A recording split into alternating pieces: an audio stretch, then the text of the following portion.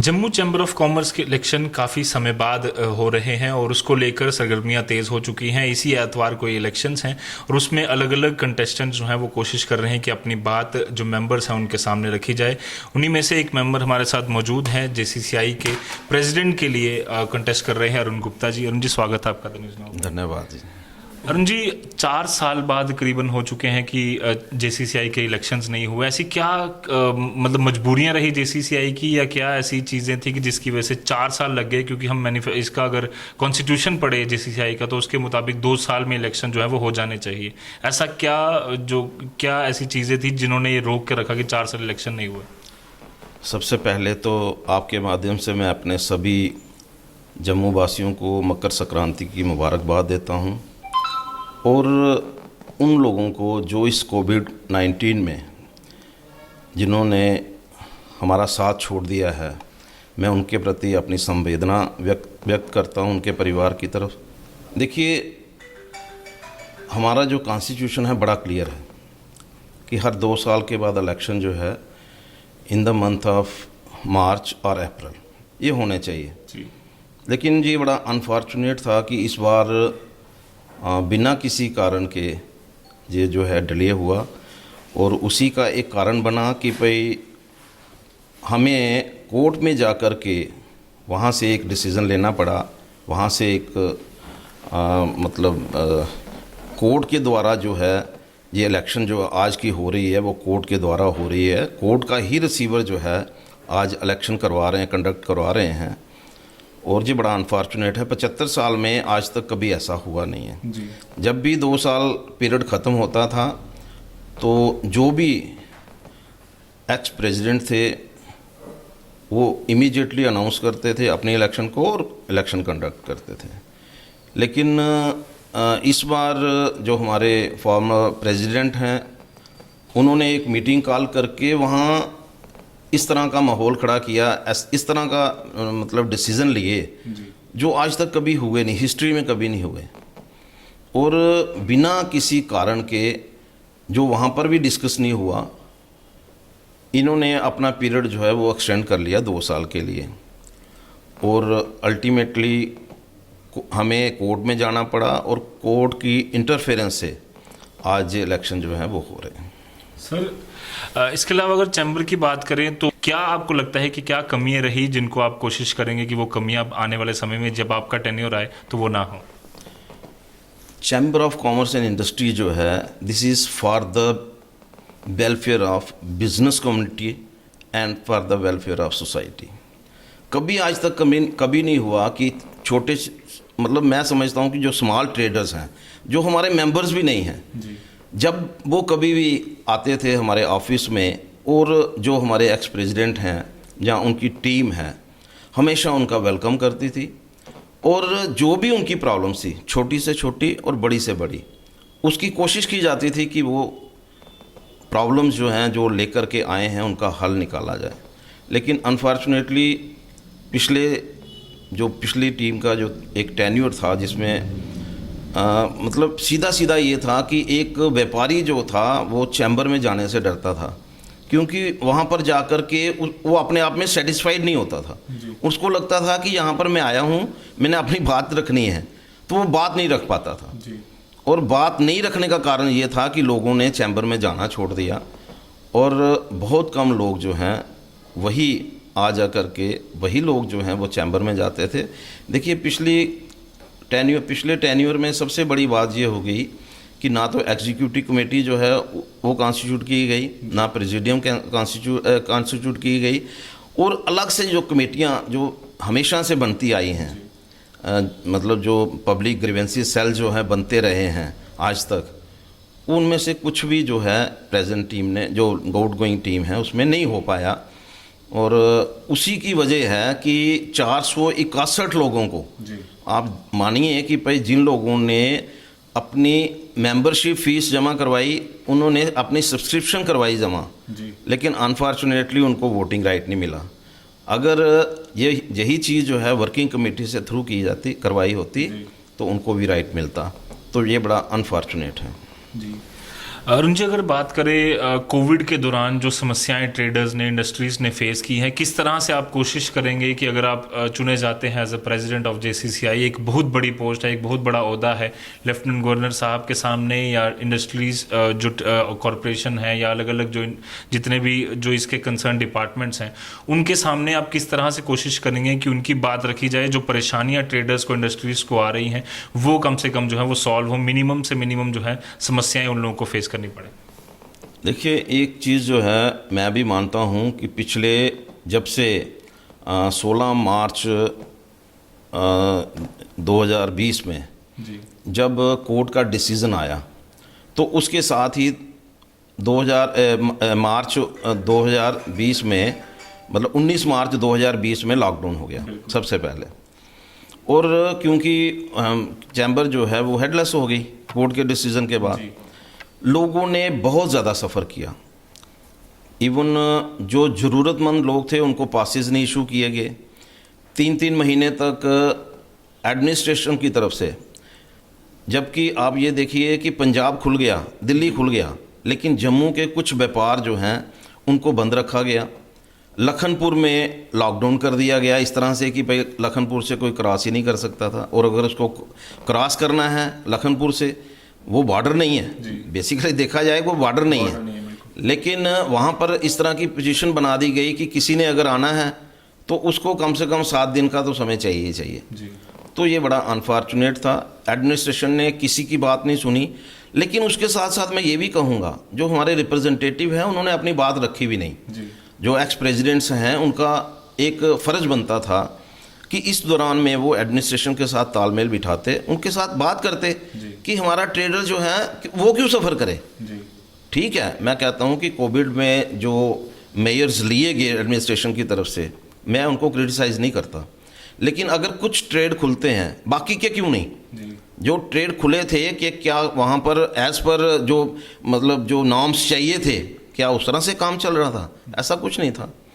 लेकिन एडमिनिस्ट्रेशन जो है वो अपने हिसाब से चलती है, और मैं कोशिश करूँगा जिस तरह की प्रॉब्लम्स जो लोगों ने फेस की हैं वो मेरे टेन्योर में कम से कम नहीं फेस कर पाए। और सबसे बड़ी बात यह है कि इस दौरान में मैंने जो देखा पिछले टेन्योर में, बिज़नेस कम्युनिटी जो है वो चैम्बर से अलग हो रही है, इंडस्ट्री चैम्बर से अलग हो रही है। मतलब मुझे ये नहीं समझ आ रही कि आज तक का जो हमारा जो प्रीवियस रिकॉर्ड रहा है उसमें हम लोग जो हैं जॉइंटली फाइट करते थे। इंडस्ट्री भी जो है वो अपने आप को एक पार्ट एंड पार्सल चैम्बर का समझती है, और बाकी के जो ट्रेड यूनिट्स हैं, यहाँ पर जो एसोसिएशंस हैं, सभी जो हैं इसको अपना पार्ट एंड पार्सल समझते हैं। लेकिन प्रेजेंट प्रेसिडेंट साहब की तरफ से मैं ये कहूँगा कि वहाँ ऐसी कोशिश जो है वो जारी नहीं रखी कि भाई वहाँ जो हमारा जो इनके साथ एसोसिएशन है उसको कंटिन्यू करना है, उनकी प्रॉब्लम्स को देखना है। एक ही इशू आया जीएसटी को लेकर के, और उसमें ही जीएसटी में ही हमारे प्रेसिडेंट साहब फेल हो गए। तो मैं कोशिश यही करूँगा, मेरी तरफ से पूरी कोशिश होगी कि अगर मुझे मौका मिलेगा तो इंडस्ट्री जो है और ट्रेडर्स दोनों की एक टीम जो है वो कॉन्स्टिट्यूट की जाएगी, ताकि जैसे जीएसटी की मैं मान लेता हूँ, उनकी भी प्रॉब्लम्स हैं, ट्रेडर्स की भी प्रॉब्लम है, तो एक जीएसटी सेल जो है मैं अपनी तरफ से कॉन्स्टिट्यूट करूँगा, ताकि उसमें इंडस्ट्री के लोग भी होंगे, उसमें ट्रेड के लोग भी होंगे। और इसी तरह से मैं ये समझता हूँ कि एक तो मैं वेलकम कर रहा हूँ इस इंडस्ट्रियल पॉलिसी को, लेकिन क्योंकि अभी नोटिफिकेशन नहीं आया है, बहुत सारी चीज़ें जो हैं वो अनक्लियर्ड हैं। जब तक वो क्लियर नहीं होती मैं उसमें बता नहीं सकता कि इंडस्ट्री को क्या क्या बेनिफिट होने वाले हैं। लेकिन मैं समझता हूँ कि अगर कहीं नोटिफिकेशन निकलने के बाद हमें लगेगा कि कोई ऐसा सेक्टर जो है वो अनटच्ड है, तो हम सेंट्रल गवर्नमेंट से उसको ज़रूर रखेंगे उसके सामने। और सबसे जो बस इस समय अफेक्टेड हमारा सेक्टर है वो है टूरिज़्म सेक्टर। इस कोविड के टाइम में टूरिज़्म सेक्टर ने बहुत ज़्यादा सफ़र किया है, और मेरी ये पूरी कोशिश होगी कि सेंटर की तरफ से कोई ना कोई ऐसा पैकेज जो है वो टूरिज़्म इंडस्ट्री को दिया जाए, ताकि उन लोगों का भी सर्वाइवल हो सके। सर इसके अलावा अगर बात करें छोटे छोटे ट्रेडर्स जो चैम्बर के साथ नहीं जुड़े हैं या रेहड़ी वाले हैं, कई सारे ऐसे लोग हैं जो चैम्बर तक अप्रोच ही नहीं कर पाते, उनकी बात जो है वो कभी ना सरकारों तक पहुंच पाती है, ना चैम्बर उनकी बात जो है वो उस तरह से रख पाता है। उनके लिए किस तरह के प्रयास किए जा सकते हैं कि अगर उनकी कोई रिप्रेजेंटेशन की जाए, उनको क्या परेशानी आ रही है, किस तरह से अगर उनके लाइसेंस नहीं बन रहे या टोकन नहीं उनके रिन्यू हो रहे, किस तरह से आप कोशिश करेंगे कि उनको जो है वो उन चीज़ों को भी देखा जाए सबको? देखिए, एक बात सीधी है, जो भी चैम्बर का प्रेसिडेंट है जी वो सिर्फ अपने 2200, 2300, 2400 मेंबर्स का नहीं है जी वो जम्मू प्रोविंस का मेंबर वो प्रेसिडेंट है। जम्मू के जितने भी स्मॉल ट्रेडर्स हैं, चाहे वो बड़ी इंडस्ट्रीज़ हैं चाहे वो स्मॉल ट्रेडर्स हैं, वो सबका प्रेसिडेंट है, उसको रिप्रेजेंट कर रहा है। जो भी प्रॉब्लम्स, चाहे वो रेडी की भी प्रॉब्लम आएगी, उसको भी हम ही लोग एड्रेस करेंगे। उसके लिए भी हम लोग एक कमेटी कॉन्स्टिट्यूट करेंगे जो इन सारी चीज़ों को, छोटे छोटे मसलों को लेकर के वो इसमें अपने आप को शामिल करके और उनका एड्रेस करेंगे। लेकिन मैं ये कहता हूँ कि जब हम लोग ये सोच के चलते हैं कि हम लोग 2200 लोगों के ही प्रेसिडेंट हैं, उस समय दिक्कत आती है। सर आखिरी में क्या मैसेज आप देना चाहेंगे, क्योंकि दो दिन ही रह गए अब इलेक्शंस को लेकर, किस तरह की आपकी अपील रहेगी जो भी आपके मेंबर्स हैं कि जो ये क्या सोचकर जो है वो आपको वोट देने के लिए वो आए? देखिए, मैं आगे 2 टाइम जनरल सेक्रेटरी रहा हूँ और इस बार मैं प्रेसिडेंट की इलेक्शन कंटेस्ट कर रहा हूँ।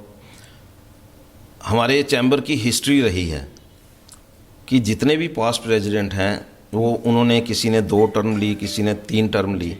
उसके अलावा वो क्या करते थे कि एक नया रास्ता खोलते थे, नए लोगों को शामिल करते थे, नए लोगों को मौका देते थे, ताकि प्रोसेस जो है वो चलता रहे। प्रोसेस जो है ना, इस समय एट प्रेजेंट अगर आप देखेंगे प्रोसेस रुक गया है जी। हमारे जो मेरे काउंटर पार्ट हैं उन लोगों ने, मतलब मैं श्री वाई शर्मा हैं, वो 3 टाइम प्रेसिडेंट रह चुके हैं। उन्होंने 5 इलेक्शंस जो हैं वो कंटेस्ट की हैं, 2 में लूज़ किया है, 3 में उन्होंने विन किया है, 1 अनअपोज्ड आए हैं। और राकेश जी हैं तो उन्होंने भी अपने 3 टेन्योर ले लिए, एक टेन्योर में वो जीते, दूसरे टेन्योर में जीते, और तीसरा टेन्योर जो है वो उन्होंने बिना मतलब इलेक्शन के ही उन्होंने उसको भी कवर कर लिया। तो मेरा मानना है कि एक नए लोगों को मौका मिलना चाहिए। और स्पेशली मैं ये भी कहूँगा, देखिए इलेक्शन जो है वो अपनी जगह है, अगर प्रेसिडेंट के पास अगर कोई विज़न नहीं है तो उसको इलेक्शन नहीं कंटेस्ट करना चाहिए। और मैं ये लोगों के मतलब मैं पूरी तरह से लोगों का जवाबदेह बनूंगा। लोग जो हैं वो मेरे पास किसी भी वक्त आ सकते हैं, जितना भी हमारे मेंबर्स नहीं, जम्मू डिवीज़न के जितने भी छोटे से छोटा व्यापारी और बड़े से बड़ा व्यापारी अपनी प्रॉब्लम्स को लेकर के आएगा, और मैं और मेरी टीम जो है पूरी तरह से ये कोशिश करेंगे कि वहाँ से वो कोई निराश होकर नहीं जाए। दूसरी बात ये है कि मैं कोशिश ये करूँगा कि वेयर हाउस में आज तक, पिछले आप ये देखिए कि 65 साल से वेयर हाउस बना हुआ है, 65 साल से मेरा भी बिज़नेस है वहाँ पर, मेरे ब्रदर वहाँ पर बैठते हैं। 65 साल से उनको ओनरशिप राइट नहीं मिला, ये बड़ा अनफॉर्चुनेट है। देखिए, एक टाइम होता है, पीरियड है, 2 साल 5 साल 10 साल 20 साल 30 साल 40 साल, इतना तो होना चाहिए कि कोई भी इस तरह का इंस्टीट्यूशन हो उसको फ्री होल्ड में करना चाहिए। जैसे इन्होंने अगर हाउसिंग ने अगर शन्नी में फ्री होल्ड कर दिया, गांधीनगर को फ्री होल्ड कर दिया, तो जेडीए वालों को क्या प्रॉब्लम है फ्री होल्ड करने में? उनको तो पैसे मिलेंगे ना, अगर फ्री होल्ड किसी ने करवाना है उनको पैसे दे करके ही करवाएंगे। तो मैं समझता हूँ कि इसके लिए तो मैं जी जान से कोशिश करूँगा कि उनको फ्री होल्ड राइट मिले। और इसी तरह से इंडस्ट्रियल यूनिट जो पिछले 40 साल से लगे हुए हैं, मतलब एक पीरियड अनाउंस करिए ना कि भाई हाँ जी इतनी देर के बाद हम लोग फ्री होल्ड कर रहे हैं, क्यों नहीं करते? अगर 30 साल के बाद फ्री होल्ड करना है, 40 साल के बाद करना है, 50, एक पीरियड तो करिए। और एक पीरियड में मतलब 40 साल में 4 जनरेशन निकल गई। तो मेरा मानना ये है कि इनके लिए पूरा प्रयास किया जाएगा। मैं ट्रांसपोर्ट नगर में गया, वहाँ पर मुझे बड़ी परेशानी हुई देख करके कि जिस तरह से सड़कों की हालत ये है कि पैदल चलना मुश्किल है, गाड़ियों में चलना मुश्किल है। तो मेरी पूरी कोशिश रहेगी गवर्नमेंट से और जेडीए से स्पेशली कि भाई उस पूरा एक ऐसा सिस्टम, फुल प्रूफ सिस्टम बने, लोग आ जा सकें, फ्रीली घूम सकें, पैदल चल सकें, गाड़ियों में चल सकें। इसी तरह मैं ये भी कहूँगा कि जितने जो प्रोजेक्ट जो हैं आज टूरिज़्म को लेकर के, टूरिज़्म इंडस्ट्री के साथ जो वाबस्ता हैं, वो अभी तक पिछले काफ़ी समय से अनटच्ड हैं, अनफिनिश्ड हैं, और वो किस तरह से फिनिश हों उसके लिए मेरी कोशिश होगी कि जल्दी से जल्दी ये फिनिश हों, ताकि टूरिस्ट जो है वो अट्रैक्ट हो सके, जम्मू में आए और वो उसी समय नहीं वापस जाए, 2 दिन यहाँ पर रुकने का उसका प्रावधान हो, उसके लिए मेरी पूरी कोशिश रहेगी। धन्यवाद सर, हमसे बातचीत। थैंक यू जी। तो हमारे मैनेजमेंट में एक रूल भी है कि अथॉरिटी लीड्स टू रिस्पॉन्सिबिलिटी, और अगर अथॉरिटी किसी को मिलती है तो कई सारी रिस्पॉन्सिबिलिटीज़ भी उसके साथ जुड़ जाती हैं। उम्मीद है और जल्द ही हमें एक नई टीम जो है बनकर वो सामने जेसीसी की आए, और बिजनेस कम्युनिटी की, इंडस्ट्रीज़ की जो मांगे हैं, जो उनकी बातें अभी तक नहीं सुनी जा रही काफ़ी समय से, वो एक प्रॉपर उसको रिप्रेजेंटेशन जो है वो मिल सके।